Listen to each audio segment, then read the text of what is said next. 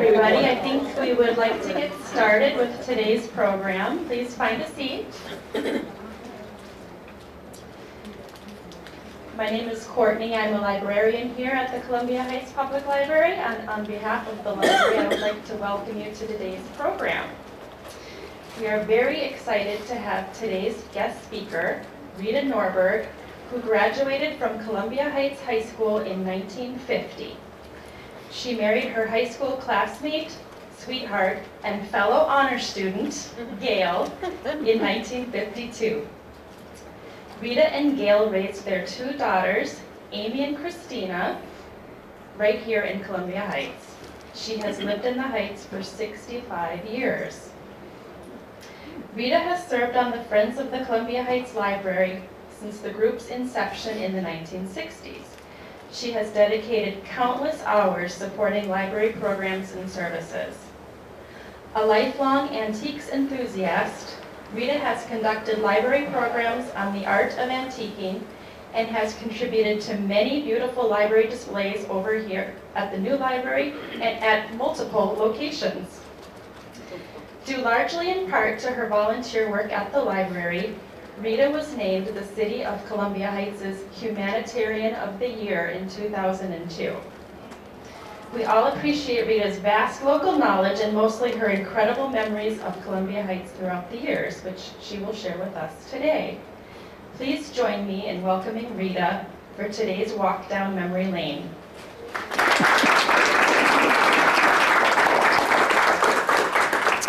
Thank you. First of all, is it coming? First of all, I would like to mention that if you make use of any of the artifacts in the history room, be sure to put on white gloves so that the oils from your fingers don't destroy some of the papers in there. That's just a heads up if you ever want to do any research.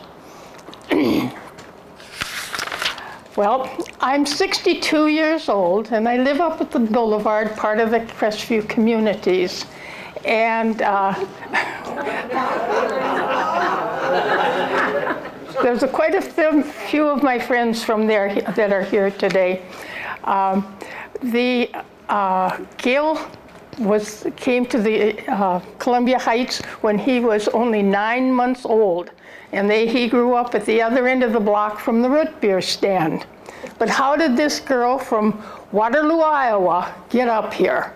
Well, in 1940, my dad was a machinist for John Deere.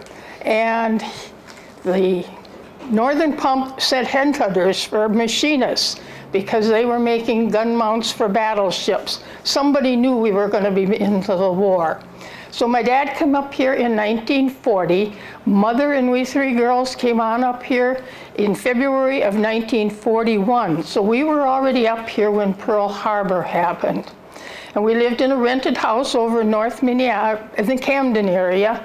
And I went to Weber School, 3rd grade, and I learned to swim at the Camden Pool. How many of you ever swam in the Camden Pool?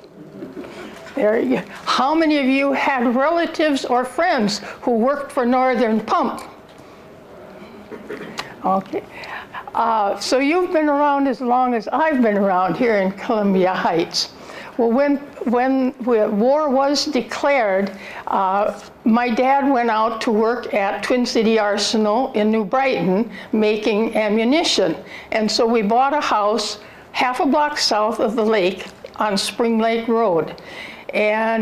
But my father came into Columbia Heights, to the Columbia Heights State Bank. We came in here to the movie theater where it cost a dime for us, and then 11 cents, and then 12 cents as they added excise taxes to support the war.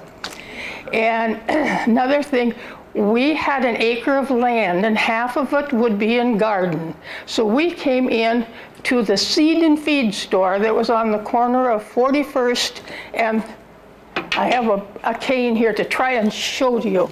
On 41st and let's see, we're at right here, 41st. The seed and feed store was right here on 41st. And it was a very busy corner because it was Columbia School, the Seed and Feed store, Castler's grocery and department store, and the post office. And partway down the block was the high school. So it was a busy little corner. But the very busiest corner was at 40th because the streetcar came up Central Avenue, and at 40th it turned and went up to 5th Street, where it turned around at by Alan Wally's drugstore. Now we had two drugstores in Columbia Heights, Alan Wally's and Danielson's Drug was down here on the corner of 40th. Both of those had fountains where you could get a soda or a sundae. And let's see, where do I want to go from here? Let's see, let's see. From Spring Lake Park, we got bused 7th and 8th grade to Anoka, and then 9th, 10th, 11th, and 12th into Columbia Heights. If you took and drew a map out University Avenue to Northtown, kind of cut over to the east side of Laddie Lake to County Road J, then went over to Long Lake, all of those, and back in, all of those kids came in here to the Columbia Heights High School. Right now, there are 6 high schools that take in that territory. Columbia Heights, Fridley, Spring Lake Park, Totino Grace, part of Mounds View, and part of Irondale. So all those kids used to come in here to the high school. Let's see.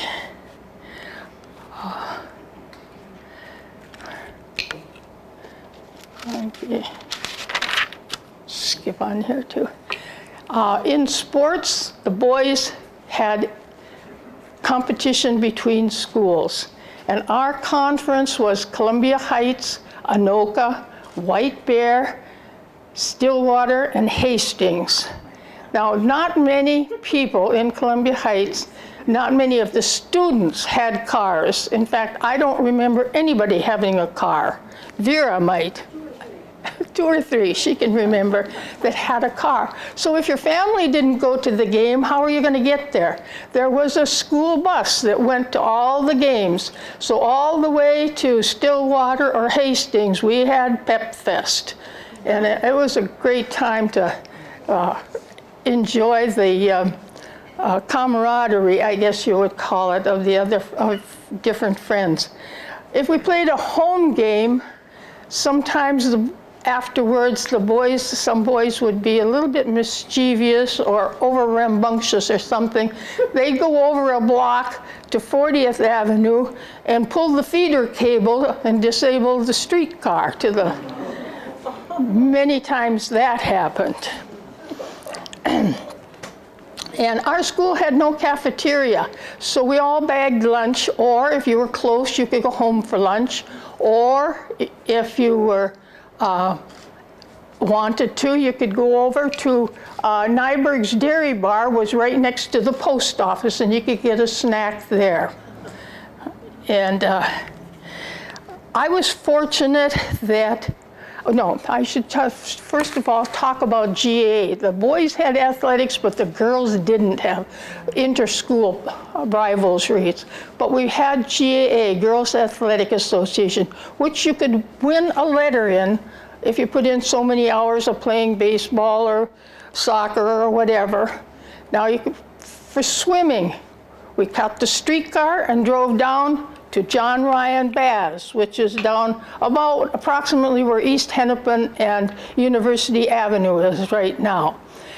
For bowling, we went over to the field house. Now, the field house had been built in 1939 by the WPA, and there were 6 bowling lanes in the basement. So we went over there for bowling. If we could find a boyfriend or a boyfriend to do the pin setting, because there were no automatic pin setters.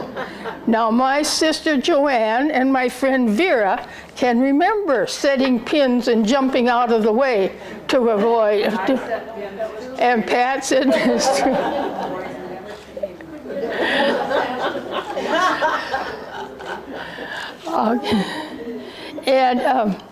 So that was a part of GA. I was very fortunate that I could stay after school and take part in Y-Teen and GAA and working on the Kohayan, because my dad, after the war, went through Columbia Heights on his way home from work. And any of the kids from our neighborhood, if they were standing on Castler's Corner at 6 o'clock at night, they got a ride home with my dad. So I could stay and do things. I was president of Y-Teens in my senior year, and Gail's dad had died when he was a sophomore. The family had no car. So we took the streetcar down to the formal, which was held at the YWCA down on 12th and Nicollet. We took the streetcar down, me and my formal.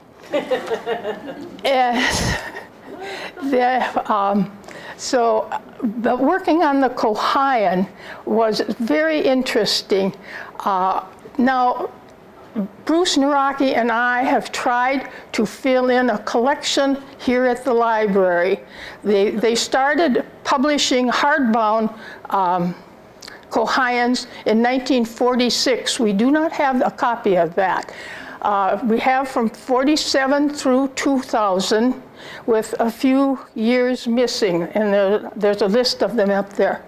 But 1 year for sure is missing, and that is 1948, because there was never a Kohayan, because they couldn't find a teacher that would act as the advisor to the group.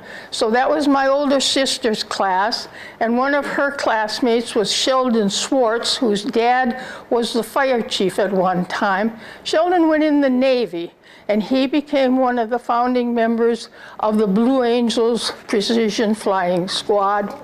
So we have some notorious people. Now, let's see. I have so much to tell you. Oh, the years that are missing are 46, 49, 51, 53, 54. Those are the, and 80, I think. Yeah, and 80. Now, Rita, do you want those missing ones, or? if anybody has any, the library would accept them. Yes, we'll put them in the collection. Okay, I do have the 49, I think, because I had 47, 48, and I had 49, and our year was 1950. And just as after I was graduated, my folks broke up, had a divorce, and so my dad came in here to Columbia Heights to live. He bought the house. Oh, I should point it out to you. It's this blue one right here on 37th Avenue, just down 5th Street. Cargill had a linseed oil plant on that corner of 5th and 37th. And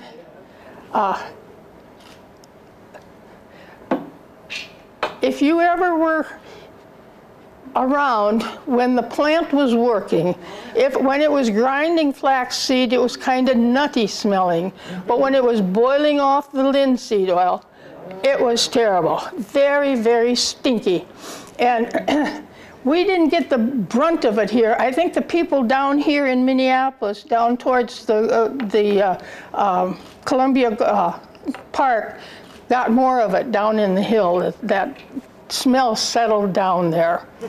And well, I started to the university that fall, and then I couldn't quite see me have an education and not Gail, because he was really the smarter one. And so my dad says, you have to have additional education. What if he dies, or what if you get a divorce? So I went to Minnesota School of Business, took a private secretarial, 10-month private secretarial course. So from here, in the winter, it was pretty cold walking down here to Central Avenue, 7 blocks down to Central Avenue, and hot in the summer. That's what I remember of this here. And then Gail and I got married, and he went his whole 5 years to school after we were married. We always kept in touch with Columbia Heights. The first year we lived over in North Minneapolis, so we caught the bus across Lowry Avenue to Central, then the streetcar up to St. Matthew's Church up on 41st and Washington Street. Then we'd go over to Gail's mother's for lunch, and my dad would take us back home to North Minneapolis. Well, then we moved over to near campus the second year he was in college, and we were there for a few years. And one of the things I remember there is that we got an old car, finally. It was a 1938 Chevy. It was so rusted out that there was a plate on the floor so my feet wouldn't go through the floor. And one morning we woke up and somebody had sideswiped our car, and it was so rusty that the whole fender came off. So then we drove a car that was without a fender for a while. And in 1950, I think it was February of 1955, Cargill plant here exploded, and 4 people were killed there. Well, that night after work, I got in my old rattletrap of a car and drove up University Avenue to come and see if anything had happened to Dad's house. Well, as I turned onto 37th, the firemen were still there just in case there would be some flare-ups. And I got a real talking to that, get out of here. You're not supposed to be within 500 feet of a working fire truck.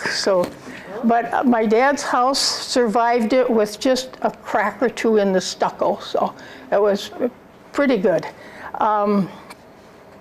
But what happened, as soon as Gil graduated from college, we went up to Sauk Center, where his brother was head of the Ford garage in Sauk Center, and we got a new Fairlane car. Was that pretty nice? Okay, and that was about 1957, and then we built our house in Columbia Heights in 1962, and our house is this one here. You'll see the blue things are where I lived with my dad, where Gail lived, where we lived, and where I live now. Now, I'm a rock hound, so part of building our house, we went out to farmers' fields and collected rocks all the way from Iowa to Duluth. And we used those rocks in one of the walls of the house. And I would go up to the rock pit, or to the quarry, or abandoned quarry here in Columbia Heights, and go rock hunting. And when my girls came along, we went rock hunting. So we would just go from my house to the block, and we'd just take 45th right up here till it ended in the quarry. And my girls, their little eyes focus at a different distance than an adult's eyes. So they would pick up the teensiest, tiniest little piece of agate that you ever saw. And I have back there a jar of agates that I have 3 jars like that didn't sell at my garage sale, or estate sale. So I still have agates. And we made rock jewelry, and there is some rocks there, some little things. I made one for Chris and one for Amy, that when you polished agates, if you found one with a little white eye, it was kind of special. So I saved those, and I made 2 little things, one for Amy and one for Christina. Now that was in '62 that we moved there. But right about that time, my dad thought he wanted to get into the real estate business. And he asked me to go with him because the Russian priest that lived right here on 43rd, the Orthodox Church was on the corner of 44th and Central. I don't ever remember anybody going to that church all the time I was in high school. But in the 1960s, this land came up for sale, and my dad made an appointment, and we went to visit the priest. Now, Lynn Rainn, who lived in this block here, can remember that house. She was up at Crestview. And she can remember that house being really creepy because it was run down and the shrubbery grew up all around it, and it was a mess. And she used to rush by it in order to come down here to Columbia to school. Now, when Dad and I got there, the man was so hospitable. It was just lovely. And he served us two things I had never had before. Espresso coffee that was so strong your spoon could stand up in it, and baklava made from the honey from the bees he kept right there. Well, Dad couldn't afford to get into that much of a project, but a group from Salt Lake City did, and what they did right here, this is 43rd to 44th, they cut down this whole hill and just pushed all that dirt westward and filled in Jackson Pond to make a viable lot. And they built, I'm trying to think of the first name. No, not Zayres, the first one. Grand Central, okay. Well, then Grand Central had a fire, and Malcolm can tell you that it was so hot that it ruined all of the girders and everything were fatigued. They couldn't even, so the whole thing had to come down, and they built Zayres Shopper City. Now, Zayres Shopper City, the Heights Bakery used to be on right here on, right about here, and they went into Zayres City and then out here to 49th. So that, and Chet's Shoes went from down here on the corner of 40th to out here where that Russian church was. So, and the theater is where it has always been. So the theater, Chet's Shoes, and the Heights Bakery are the things that I remember that are still here, that I can remember from back in the 40s. One thing we did have was our own railroad.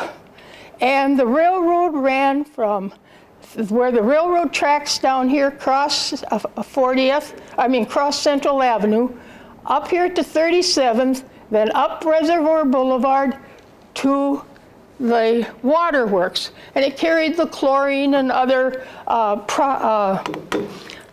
things that they needed for the waterworks. But people that were coming up there to work could also transfer from the regular streetcar right here, or the people who lived up here, and they can ride it as a trolley. Now, we have somebody in our audience that lives right here on Reservoir Boulevard, right by where Gould comes in. And one day, she left Silver Lake School, got on the trolley, rode 1 block to the disgust of the man who ran the trolley. And guess who that is? Pat Trench. Now Pat's folks owned Trench's variety store, not a dime store, it was a variety store. The aisles were so narrow, 2 people could hardly pass each other. And only 5 kids at a time were allowed in there. But it was full of treasures. But as progress, he built a new building right next door to it. And when I asked Pat, haven't you got any memorabilia from the Trench's store? She found a little aluminum tray that they gave out when they opened the new store, a little complimentary tray. But she also found a cookbook from 1945, a cookbook. And there's a neat, if you look, there's a neat recipe in the pickling section on how to take care of a husband.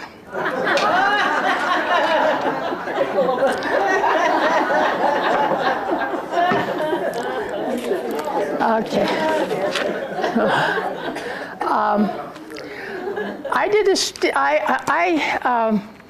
had relatives giving up housekeeping in the 50s and early 60s, and I went down to Iowa for my grandparents and 4 great aunts, and brought back stuff. So then I started going to antique shows and flea markets and shops to see what it was worth, how it was used. And then my girlfriends started, one of them said, I'm having a garage sale and Mom's bringing over some old dishes. This is about in 1980. And tell me what it's worth. And so I did that a few times. So then Gail has these cards printed up for me. Secondary market service. He says, charge for what's up here. So that's what got me into doing estate sales. So I did estate sales for 17 years. And whenever I came across a piece of advertising that was from some business that was now gone out of Columbia Heights, I bring it over and give it to Becky Loader at the library. Because many times they've tried to start a historical society, and if it didn't go, all the stuff got left at the library. So this became a storehouse of some of the memorabilia stuff. So I did Chet Herringer's estate sale, and I asked Jerry, can I have a couple of the speakers from the old 100 Twin Drive-In. I did the estate sale for Bob Walter, who was the pharmacist for Danielson's drugstore. And that's why I have all that Danielson stuff. That family said, take whatever you want. Now there's some ice cream dishes and some ice cream spoons. There's quite a few actually, but we only put a few out. And looking through the 1957 Kohian is a picture of guys after school going down to Danielson's Drug and having a sundae. And I wonder if it was in one of those dishes that I brought over here tonight. Anyway, along with the estate sales, let me see, I did Herringer's. Anyway, as I found things, I would bring them up here to the library and leave them with Becky. Now, when this group tried to, they put out a calendar one year, and in it, they used a couple of V-mails that are from that box over there. Pete Tima died. Pete Tima had been mayor. Pete Tima had run the newspaper, the Record, all during the Second World War. And as servicemen received the hometown paper free, they would write Pete a letter.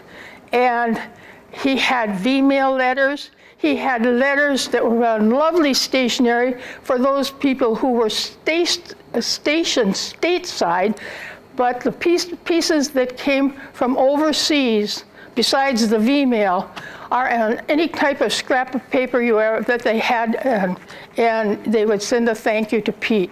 Now, I did start looking through them at one time, and I found, I don't know who it was, but it was the week after he had landed on Anzio Beach in Italy. And so there's a lot of information also in that box over there. It is not sorted. It needs to be sorted at least by alphabet. These are all the letters from A's and B's and C's and so forth. There's letters from the Proft family, or Profts. There's somebody from the Hoyam family. And anyway, that's a treasure trove of information, I think. Another thing I found,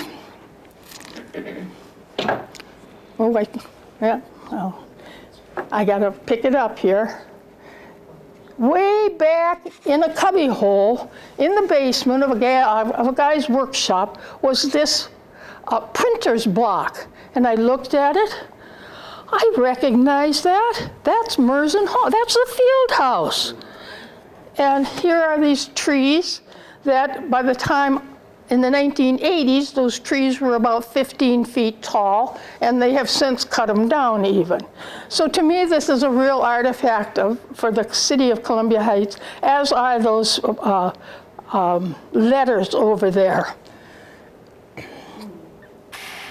One of the artifacts from Columbia Heights that's been lost is the gavel that had been made from the wood from the Lincoln coach that burned here in Columbia Heights. Now in 1973 or 72, I had saved this article out of the paper, and a council gavel carved from Lincoln's funeral coach. But where is it? Malcolm should tell you, it disappeared. So do you know where it is? It was removed from the council chambers by an unknown person. Okay? That's something there. This little jar is, when we were rock hunting and we'd polish them, we'd I collected these little jars. I think the cherries came in them, maraschino cherries, and this one was from mustard back in the 1930s. And I collected those little jars that are in the shape of a Liberty Bell. And so we would put polished agates from Minnesota in the Liberty Bell, and when Gail would have a client that was here from overseas, Germany or someplace, he'd give them one of these to take home, a part of Minnesota and a part of the United States, to use for a paperweight.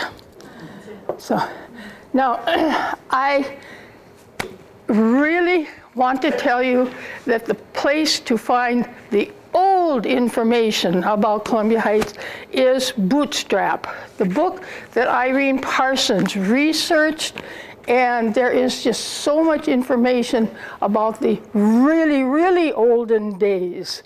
And also, there's a book also by Presteman, who wrote for the paper, and it's a digest or a compendium of various articles that he wrote for the Record. Now, the Record was a newspaper, started in 1928, and then when, I don't know who, whether it's Timur or who, then the official paper for Columbia Heights went on to be the Sun and then the Focus. Now we have copies of those in the history room. And there are copies of the Northeaster and its predecessor, the Argus newspaper. So if you ever want to really do research, ask the librarians. There is a list over there of things that they cataloged that we have boxes for. In these, and the Friends of the Library paid to buy boxes, the acid-free boxes, so that it would keep the things from deteriorating.